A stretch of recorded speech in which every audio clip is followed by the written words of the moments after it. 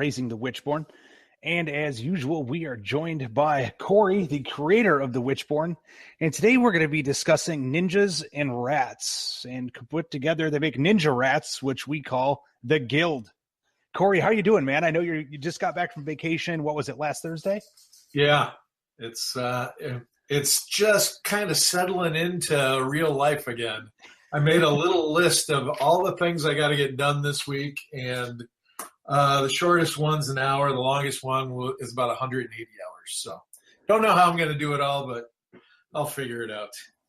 Well, there you go. You just got to one step at a time. Exactly. Awesome. So before we get started, I do want to cover something that I noticed, and it cost me a game or two. From the quick start rules, if people read the quick start rules. So it is the way that damage is done on weapons. So typically in the quick start rules, it spells it out that you compare your strength to your opponent's strength. Based upon what that is, will determine how many dice you roll to hit them, and as to whether or not you have to roll anything special in order to really get through. So for example, if your strength is higher than that of your opponent's, you will roll 2 dice instead of 1. And same thing with agility. If you are shooting a bow and your agility is higher than your opponent's, then you roll 2 dice instead of 1. If they're equal, you roll 1 dice. If you are weaker, you need to roll a critical in order to make a hit happen. So when you go and read the quick start rules, all it says is that strength is, or the strength of the attack, or your attribute is already tied into the modifier. So I'm thinking, oh, okay, so it's, no big deal, everything else. So I remember playing a couple of games, and one being Gen Con, to where, needless to say, my Woven were not doing hot, because I wasn't factoring their strength into their weapons. I was just doing the modifier of the weapon and a dice roll. And I was wondering, why am I not damaging anything whatsoever? So yes, in the full rule book, the campaign book, it specifically states you add your attribute to the modifier with the D6 roll in order to determine if you beat them. Yeah, I pulled it up for you. It's on page 47. And so if you're using those pre-generated rosters that come with the Enter Perdition set, either the Quick Start or the 250-point rosters, modifiers are already figured for you. But if you're generating your own War Clan from scratch with a PDF, be sure and check out page 47 and don't make that same mistake. That's an easy one to make, though. Yeah, it was one where I was like, because I remember playing and I was like, I am just not hitting whatsoever. And yes, I did have bad dice rolls. However, not that bad. Not that bad. Otherwise, you're hoping for a 6 every time, Tim. Yeah, that's pretty much what every time I was rolling, I'm like, I need a 6. Like, what is going on? So it was a learning experience. But yes, you always add your strength in for melee. You always add your agility in for ranged. Perfect. You got it. So, taking all that into consideration, now that we've got some rules lawyering out of the way, if we want to call it that, let's jump into the people that break the rules, which is the Guild. Yeah. They don't follow many of the rules at all. They're kind of unique, just like the elves were last week. So yes. So let's talk about that a little bit. So again, we'll do this just like normal. We'll kind of break down leader, the spellcaster, and the different warrior types that go with the faction and kind of take it from there. So, Cory, if you want to start with the leader. Yeah. So you're going to notice real quick when you look at the guild master, this guy costs more than most leaders. He's 15 gold. And if you might be scratching your head at first, he's got a worse defense than most starting characters. Way worse strength than most starting characters. Got this negative trait of animosity, so why is he costing me so much? Well, it's those other skills that yes. kind of balance it out. And I'm going to jump to Claw Strike because that is really one of the keys for the guild. And yeah, I was going to say, across the board, outside of a few models, almost everybody has it. Yeah. Claw Strike is basically martial arts skills. And so strength really doesn't matter in melee to a member of the guild. They're going to always be able to equal the strength of their opponent, kind of using their strength against them. That only applies when they're attacking. So they're still squishy, weak guys when they're being attacked. So, but that's huge when my guild master says, haha, I am going up against this giant dragon. I'm as strong as the dragon now. So I'm guaranteed attack dice. And if I have just one assist of any sort, now I get 2 attack dice for being stronger. So it's really a huge skill that I don't know if you can grasp it in explanation, but when you see it in play, you're like, wow, that's really powerful. Yeah, very much so. Because typically you don't run into too much stuff where your stats are equal to where it's 1 die. So it's either you are rolling 2 dice because of the fact that like you're better or stronger than them, I should say, or more efficient, or you need to roll critical. So the fact that they just, no matter what, tie when they're attacking is huge. Yeah, it's a big deal. And I always tell people good tactic is to kind of clump up in pairs. So you're always getting that assist with your guy with that has the claw strike. You're always stronger. And it really starts to make a difference really quickly. And then your leaders also got a great skill called blades. And what this does is one of the unique weapons of the guild is their shadow blade. And what that is a katana and a wakizashi. And this skill allows you to use both at once. So I'm taking a swing with this giant sword, doing damage and cleaning up then with the wakizashi. Can't even say it. But that even works on a charge. So normally you're limited to 1 attack on a charge, no matter what. Blades overrules that, and now you can make an attack with each weapon. Right. So very huge. And the shadow blades are one of probably the most powerful non-magic item in the game. They add a plus to your damage feats and a plus to your injury outcomes. So you're getting a big bonus there. And the legend is that the guild master has to be the first one in your war clan to own the pair, and then he awards them to everybody else. So they're very rare, so you want to get them early and then be able to start passing them out to the rest of the clan. Yes. Now they also have one other unique skill called Ki. That one causes lots of arguments. But what's great about that one is it's just your little, when you're going to make that attack, you say, yeah, or, you make your little ki sound, your little scream, and your damage feat automatically succeeds as long as you don't roll a 1.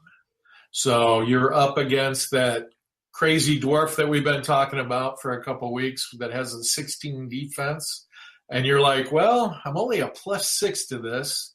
So the only way I'm hitting him on is a 6 anyway, a natural 6. So you use your ki yell, you give your little scream, and as long as you don't roll a 1, you get through his armor. The downside is it drains you a little bit. It drains a little of your ki, and so you get a strike last condition marker after you use it.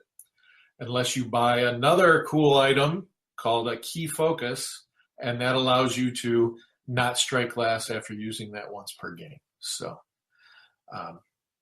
really great combination skill. I've seen, the little guild companions take a dagger and use Ki yell to great effect.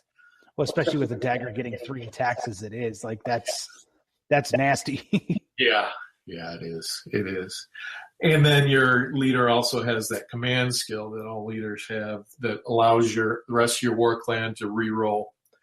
And so your guild master is really a key guy in this, in that he kind of awards those shadow blades, and he's basically running almost like a Yakuza gang, right? And everybody kind of answers to him, or head of the ninjas, or whatever you want to call it. So he's a very significant figure in the group, and it's a guy that you want to advance as quickly as possible. Yeah, it's when I see him, the first thing you think is like, oh, okay, cool. He can do a bunch of weird kung fu and other things like that. But then after a while, you start realizing it's like, no, I guess the best way to put it is you look at most of the other war bands, the leaders, yes, they have the command skill. But outside of that, I don't want to say that they're just like better warriors than everybody else, but most of them just kind of have that, their stats are better. Like they get a couple pieces of better gear, but it's really the guild master is the one that I see where it's like and again, it kind of goes guild mechanics as a whole, where he really benefits from him coordinating the actions of everybody compared to just like, even like the dwarves where they could just kind of run out there and stand there, like the elf leader, where it's like, yeah, he's very versatile, but he could go out on his own and be good. The guild leader actually, or the guild master actually wants his people around him to kind of help coordinate the attacks. Yeah, that's really a good point. And you'll see, if anybody gets the expansion adventure Asylum, you'll see a really tough guild master in play. Dark Trader runs the world's last standing bar. And you'll get to see him in action. Sometimes he serves as a bouncer in the bar, and sometimes he gets involved in some of the encounters. So he's an interesting guy too, to see a really built up guild master. Right. So that very much covers the guild master as a whole. So I guess the next one to talk about would be the Shadow Mage. Yeah. So they have Rancor compared to Animosity, which is like a worse version of Animosity, is the only way that I can really describe it. Yeah. When a Shadow Mage gets into an encounter and the app says, if you have Rancor, certain things happen, and there's about a 50-50 chance if he makes a discovery, the thing's going to attack him. Even if it was going to give him advice or help him, it's going to attack him instead. And that's because he's a scumbag. Let's face it. He is practicing evil death magic. And all the spells that he casts are nasty and not real friendly to other people. So he earns that rancor very well. He's also got that awful trait called we, and that means that he is much smaller than a normal size human, or even smaller than a dwarf. Kind of frail, frailly built and very tiny. Think maybe 3.5, 4 feet tall tops. And that comes into play most often in melee. They're worse at melee, but they are good at evading, which your weaselly little Shadow Mage, you probably are going to have to evade every now and then. Yeah, very much so.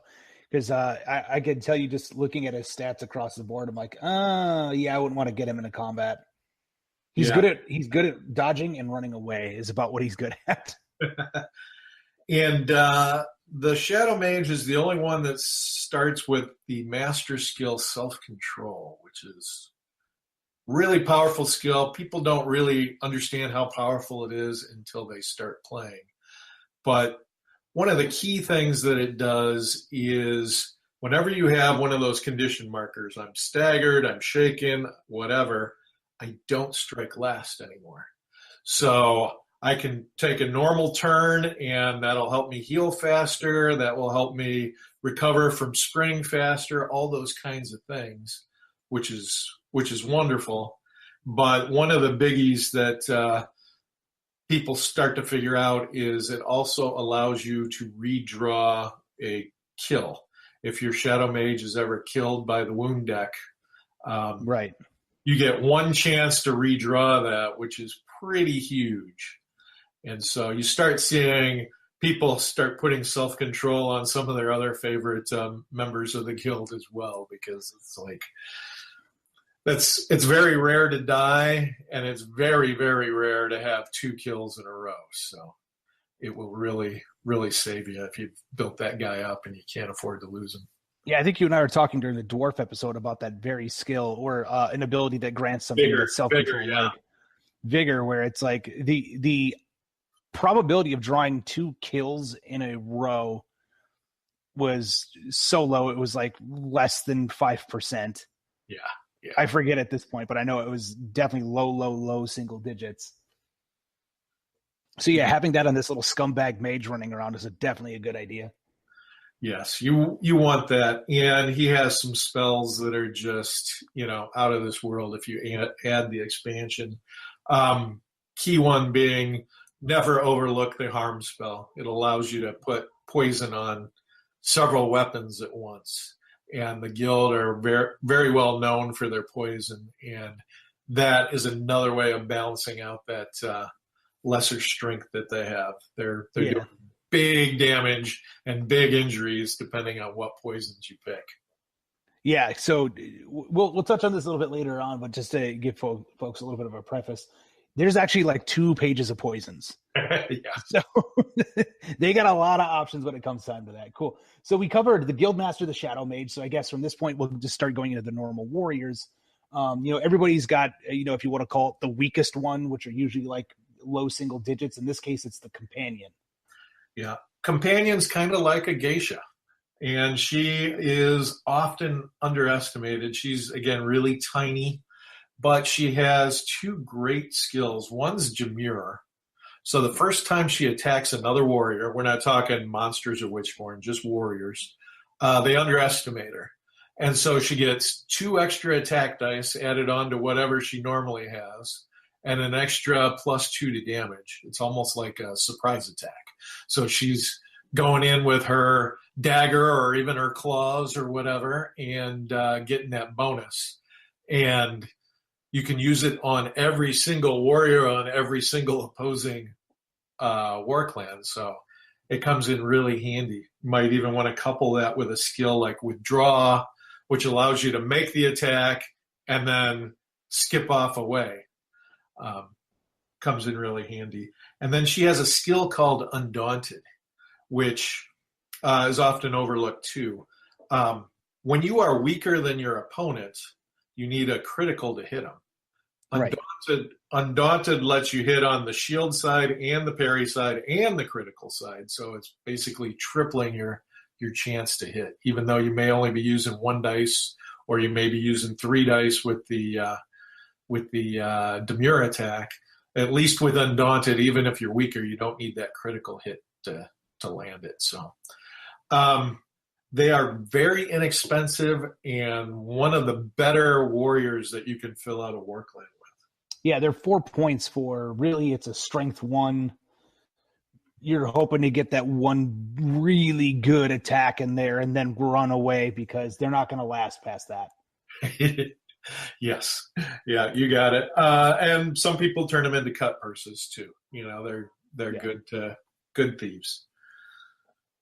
The footpad is sort of your generic guild member. It could be male or female.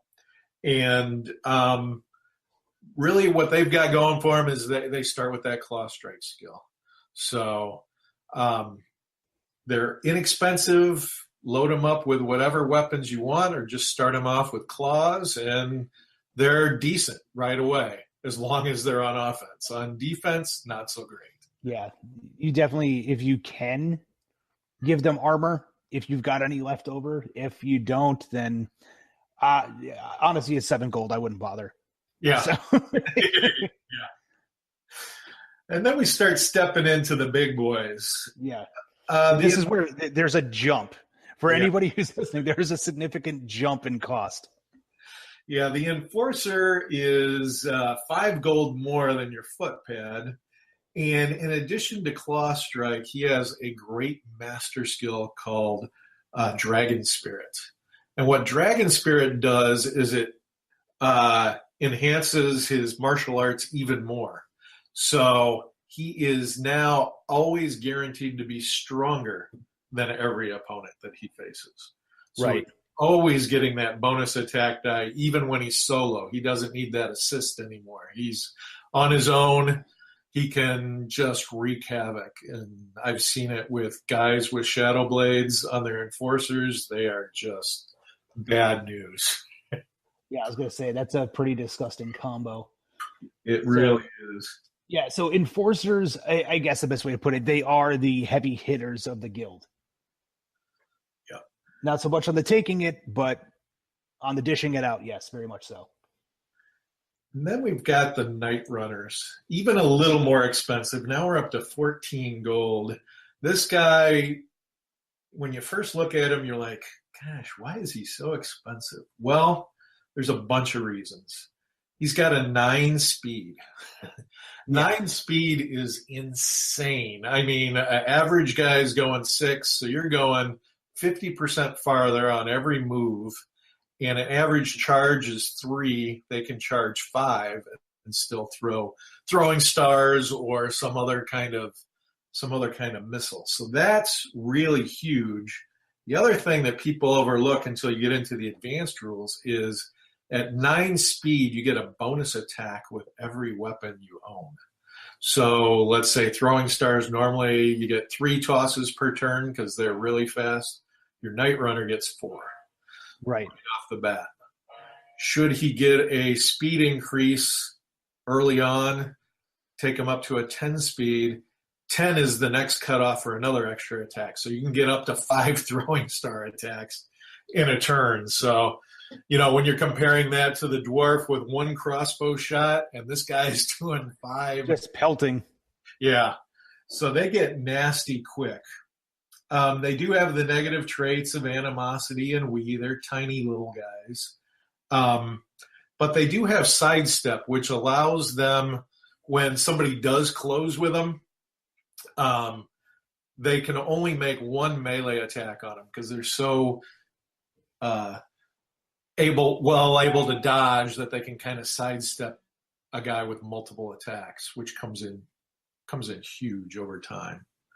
And then the other thing that's overlooked on these guys is they're the only character in the guild that has a proficiency in agility skills. So that's stuff like I'm going to get Keen Aim to increase the damage with all those throwing stars that I'm throwing. I'm going to take Kill Shot that increases the injury roll with those throwing stars. And then another skill that you got to take with these guys, maybe even first, is Thrower. What Thrower does is any weapon that only goes short range, any missile weapon that only goes short range, like a throwing star, it guarantees you 1 extra attack die. And so even though their agility is not great, with Thrower, now you've got 2 attack dice. You're making 1,000,000 attacks with 2 attack dice, a lot less likely to get an oops. And, oh, by the way, if you have a Shadow Mage who's casting the harm spell on your throwing stars, now you're doing mega poison damage as well. Right. So they are really tough. It's almost impossible to start with 2 of them, but if you can, go for it. Yes. And then the last regular guy is the Executioner. He's your true ninja. He's also incredibly fast, so he's getting that extra attack like your Night Runner did. But he's got, in addition to the Claw Strike skill, he's got the Assassin skill. And that's sort of a decision-based skill. It's like, if I need to add +1, I can add +1 to either the damage feat or the injury outcome.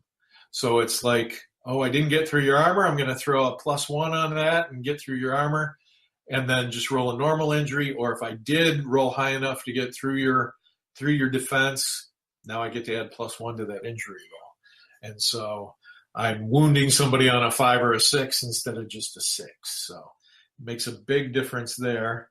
And then as you level up, you're going to get other things that add on to that as well. And then they have the old ninja skill of slow fall, so they can jump from any height as long as they're against the wall, and they can kind of catch little handholds to slow them down on the way down. And so you can jump from the top of the Wailing Citadel to the ground, take no damage, and it doesn't count against the distance you've moved. So it's a quick way to get down. Yeah, so real quick, folks, the Wailing Citadel is actually, I guess the best way to put it, like a very true dungeon adventure for everything that happens in the Witchborn. And it's this massively tall tower. I forget, how many levels is it, Corey? It's 5 levels, and so it'd be, the equivalent of falling like maybe 60 feet. Right. And taking no damage. Right. So they can literally just drop down the side of it. So if they've got people on the bottom and they're at the top, out exploring, and they need that help, they're there. And then your executioner also has that stealth skill, which is basically the ability to hide in this game. So rather than starting with your actual model on the battle map, you put this battle map colored template on the map, and a lot of people forget that you're even there. Even though that they know you're there, a lot of people forget, and that allows surprise attacks and other little advantages. People can't target you with missiles. If they charge you to reveal that you're hidden, you get to automatically make a surprise attack or move away once you're revealed. So really nice, sneaky little skill. Yes. So the Executioner is definitely a good one if you can manage to get it later on, to have the Shadow Blades because of that. Yeah. And first time I had one, that 18 gold went away. First game, he got killed. Ouch. So you may even consider buying him later. Yeah. So once you can defend him better. Yeah. So there are 2 special unit entries for the guild that you can actually, in this case, get starting the game if you want to spend the extra gold. Yeah, you pretty much have to decide that you're going to build your war clan around one of these guys if you want it, and it can be done. The first is the Spirit Fox, and I can't tell you how much I love the Spirit Fox. They are just amazing. It's the old legend of, I'm probably pronouncing this wrong, it's either Kitsune or Kitsune, the fox women. And supposedly they could possess other people and take them over. And so in this game, you can imagine, if you can have the opportunity to possess one of the most powerful warriors on your opponent's war clan, the fun that you can have with that. Yeah. I've taken over ogres and just wreaked havoc on orc war clans. I've gotten lucky and taken over people's spellcasters.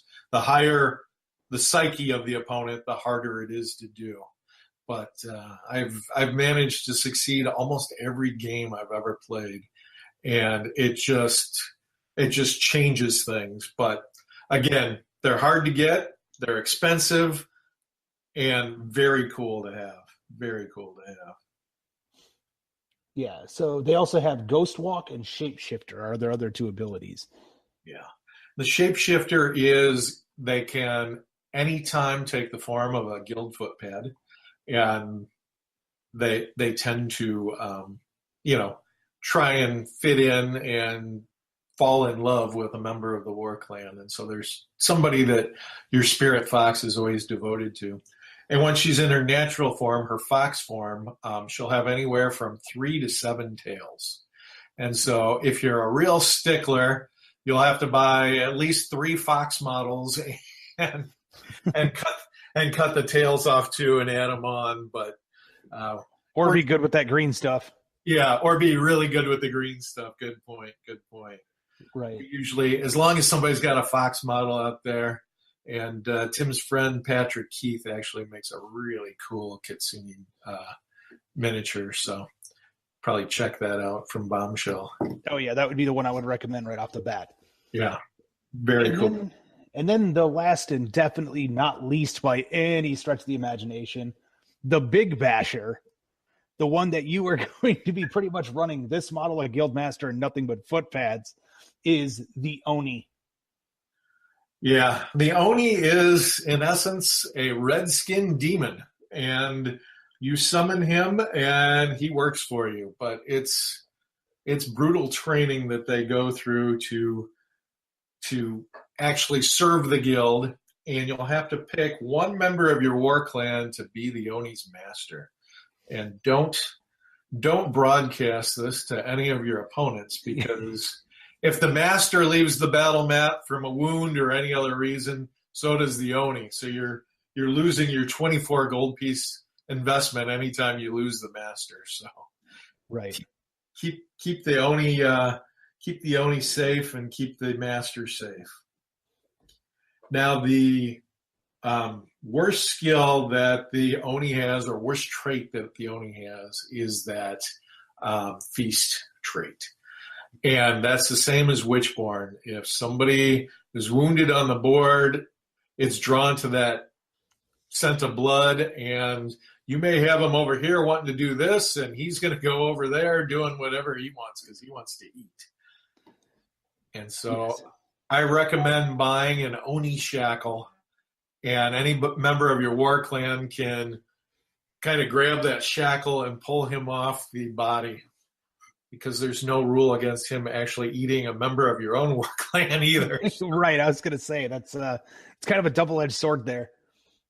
Yeah. So since we're talking tactics here, make your Oni one of the first warriors you move every round, because you want him to get your stuff. You want him to get his turn in before somebody somewhere else gets wounded, and he spends his turn running off towards the blood. So that's one of the best pieces of advice I can give you on them. They also have that fear trait, which is just awesome. Before anybody can even attack him, they have to make a route feat to see if they're brave enough to attack him. So that fear really comes into play a lot.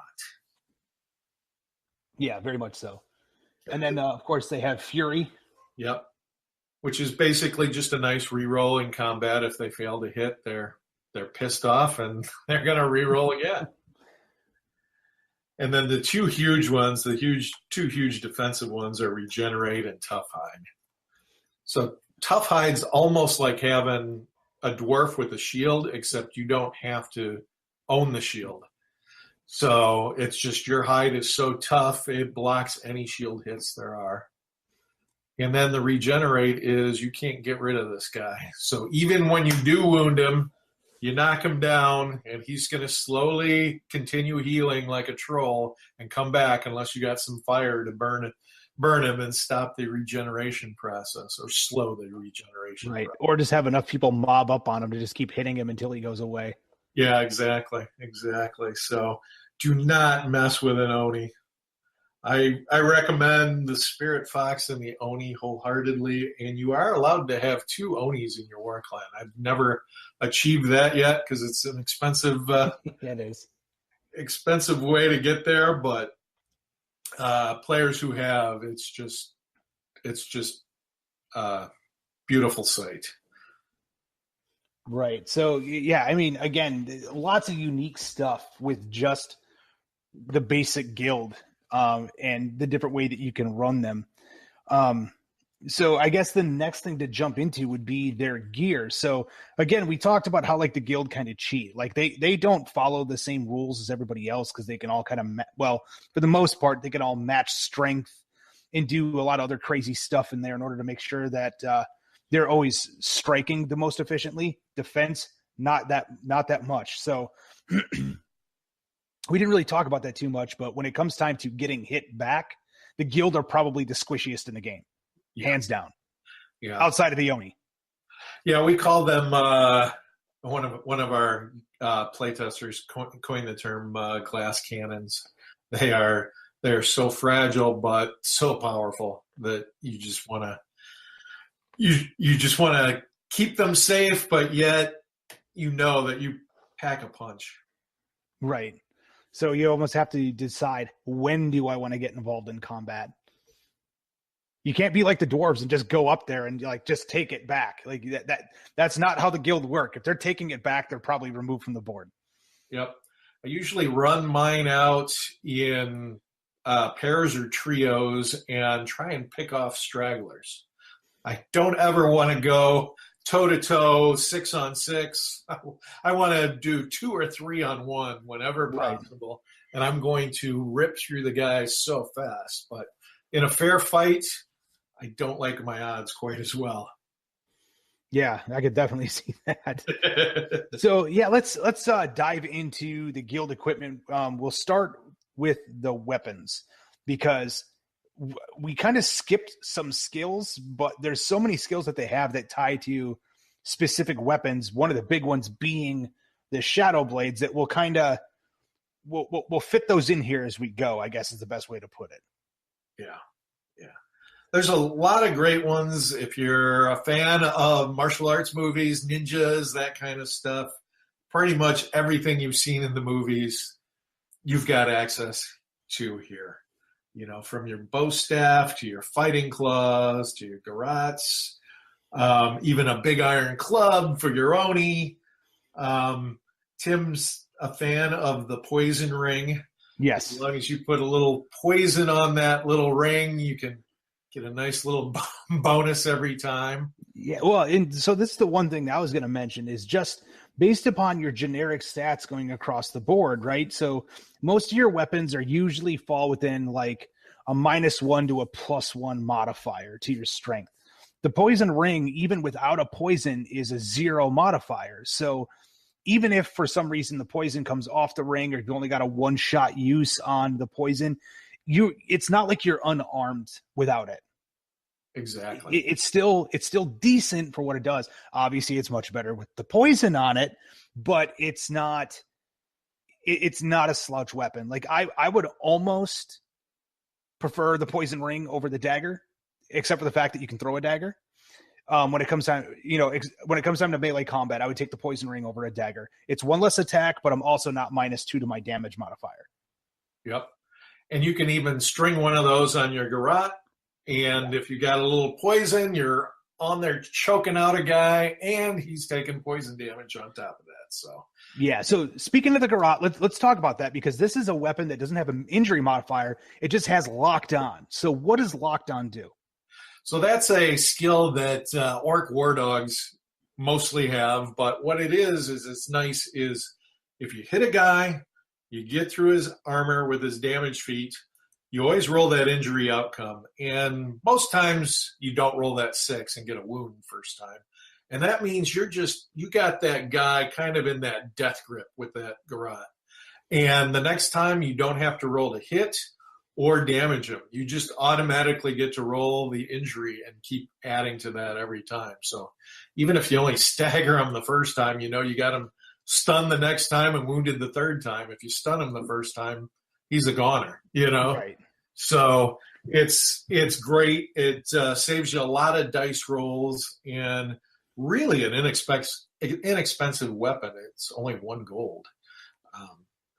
It's the only downside of it is it's a 2-handed weapon, so that will prevent any of your Wii characters, which there's a lot in the guild, from actually being able to use it. But give it to your foot pads, give it even to your executioner to start out, and have them work up to those shadow blades. Yeah, I was gonna say, actually, I've got a list I'm kind of experimenting with right now for a demo I'm gonna run, where I've actually got 4 foot pads that have slings and garrotes, and that's it. So they're just gonna run up there and just choke things to death. So the other cool thing of it is too is when they're locked on, they're still giving assist bonuses.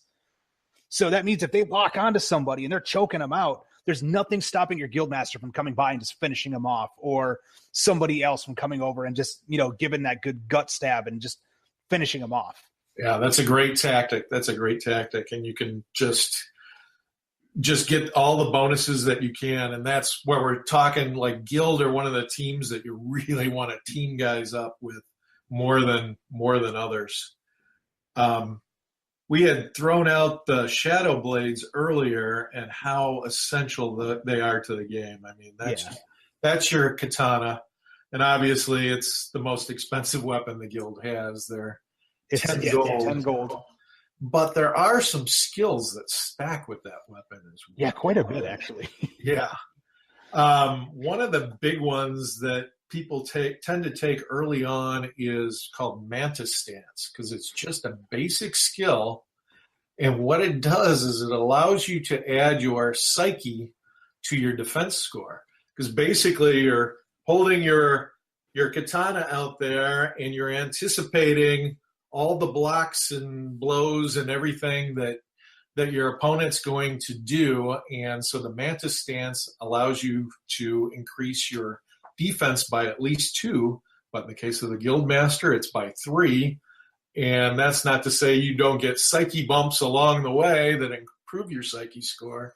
And so you're increasing your defense. So you can imagine your Guildmaster's wearing basic padded armor, and he's a 4 defense. The padded armor makes him a 7, and now he gets Mantis Stance. He's already up to a 10. That is kind of a huge jump for a single skill. It is, because when you look at some of, like, even the dwarves, I'll use them as an example. Like, for them to get to a 10, like right off the bat, they can do it, but it definitely not as easy as this. Like, this is one way for them to just like flip that switch, I guess is a good way to put it. Yeah, you don't want to miss out on that one. And then another one that people love. Well, there's 2 more that people love.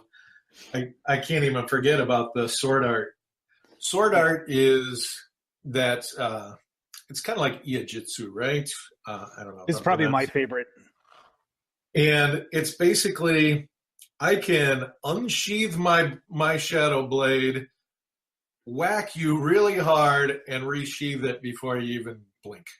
It's instant like that.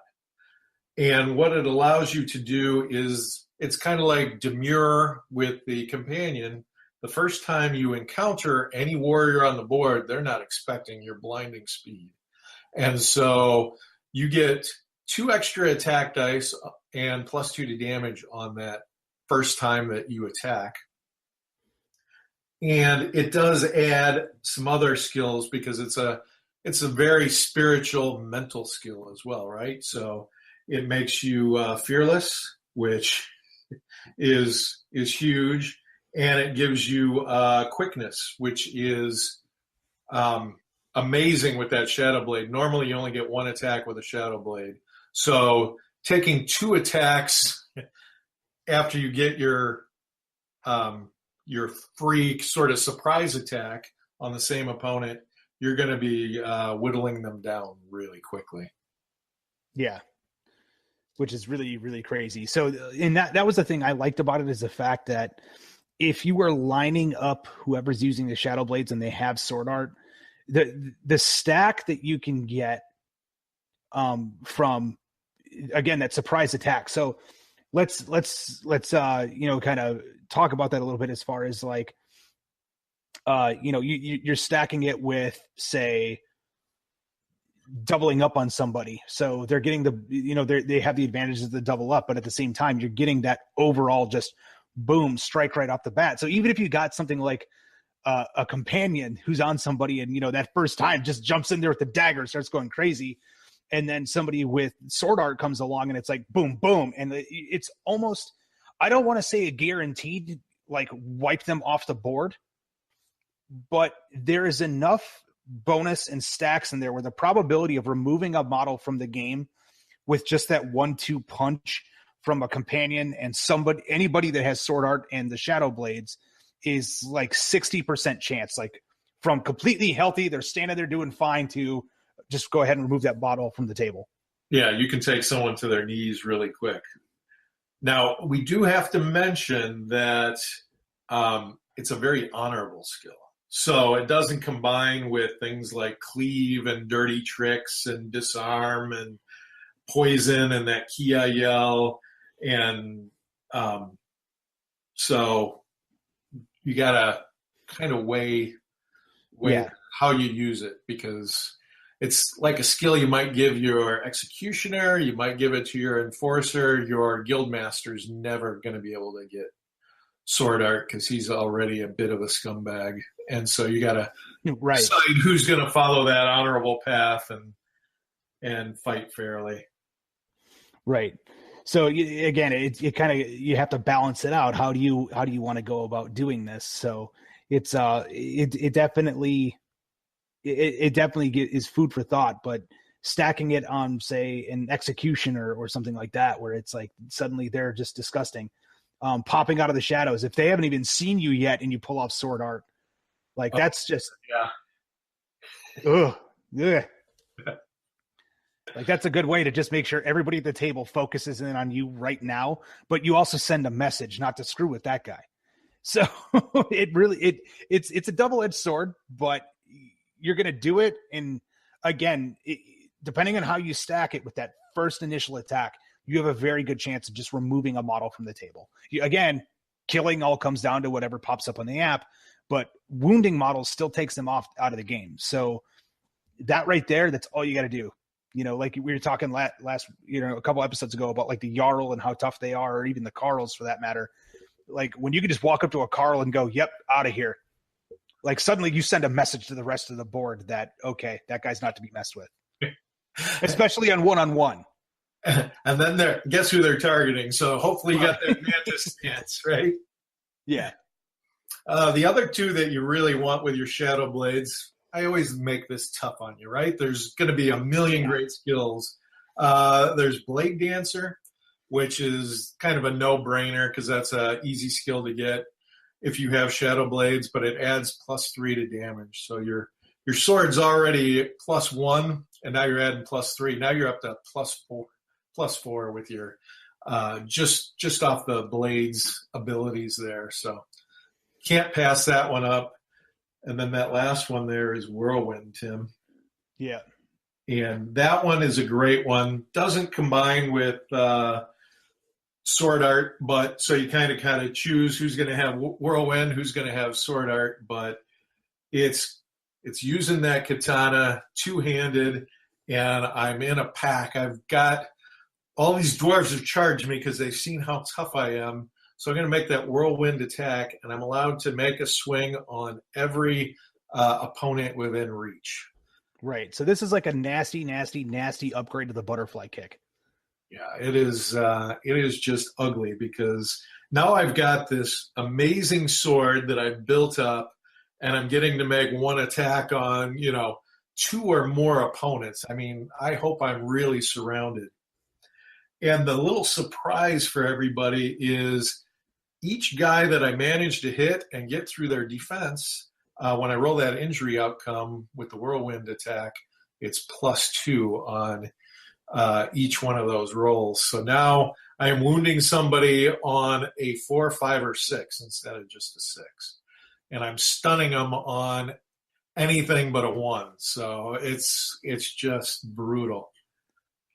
You can imagine channeling that much of your inner ki is going to tire you out. So again, a lot like using the ki I yell we talked about at the beginning of the show. You're going to be a last striker after you do that whirlwind attack, but well worth it if you plan it right. Yes, very much so. So that pretty much covers, again, a lot of the weapons that the guild use, 2-piece staff, things like that. Again, we're looking at a lot of weapons that are very similar to what other people have. The big ones were the garrote, the poison ring, and the shadow blades. And so there's a couple others in there, like the sai grants dirty tricks when they're used for blocking, actually even as a primary weapon. So even when they're paired, they gain dirty tricks, and they also grant blade master, but there's no need to earn blades. But again, we're talking your typical Raphael from the Ninja Turtles weapon. So it's good at being somewhat defensive, but it's also good at, just getting in there and throwing little jabs here and there. They're glorified daggers. Yeah. With a better damage bonus. So for 5 gold, if you can manage to pull it off, I would definitely recommend them for people. If you can't, there's still nothing wrong with fighting claws. Fighting claws, they're +1 damage modifier. You get 2 attacks. They also grant climb. So, again, if you're in a mission, even like, Wailing Citadel or something like that, where you have something you can climb over, they're doing it just fine. Let's see here. So weighted chain, another good one, 4 gold, 2 attacks, really no damage or injury modifier, but the fact that it grants disarm, really good. Their weapons across the board pretty much stage some sort of special status to whoever they're attacking outside of like a couple, like the Iron Club for the Oni. We all know what that does. It's good for beating brains in. That's it. So past that, like the rest of them are all, they all have some little extra thing that they do. So disarming an opponent or tying them up or whatever it is that you most want to do. So get a variety. They're fun.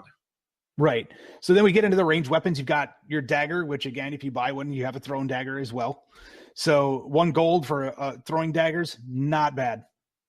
And those don't run out, if I remember correctly, because they're not exhaustible. So you buy basically 1 gold for throwing daggers. You've got them for the game. Right. Yeah. They are weak. So that's the one thing, folks. Keep in mind, yes, you get 3 attacks every time you're throwing daggers. And it sounds really cool because you tossing, a whole bunch of throwing daggers like you would see on just about any ninja anime out there. But you're doing that to dwarves. They're just going to laugh at you as they just slowly walk with their little tiny knees towards you.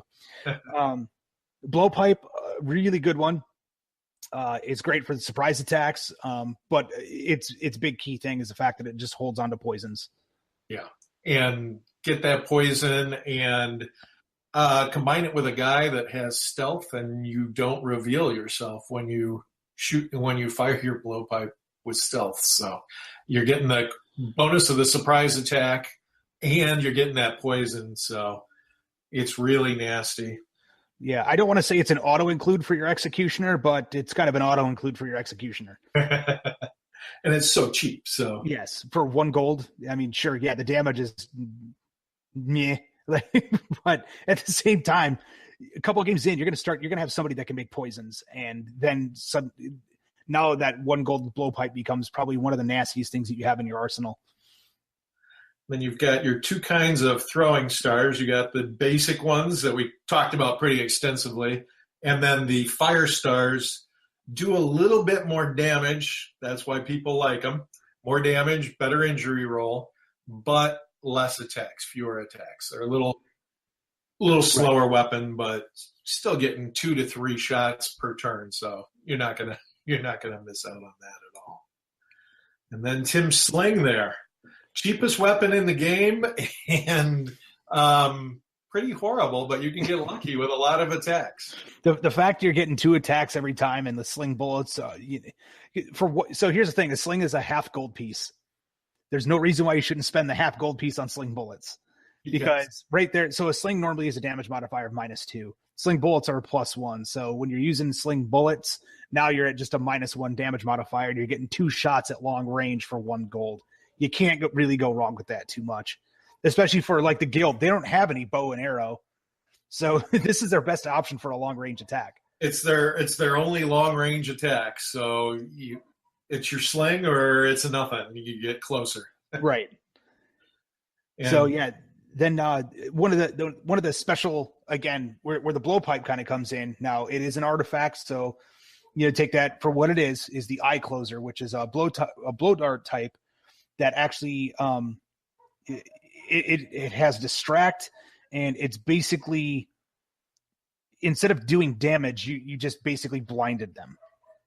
Yeah, so it's what you've seen in every little ninja movie. They just blow their blowpipe and shoot that pepper or whatever into somebody's eyes, and they're crying, and they have to try and recover from that. So it's just a nice annoyance weapon.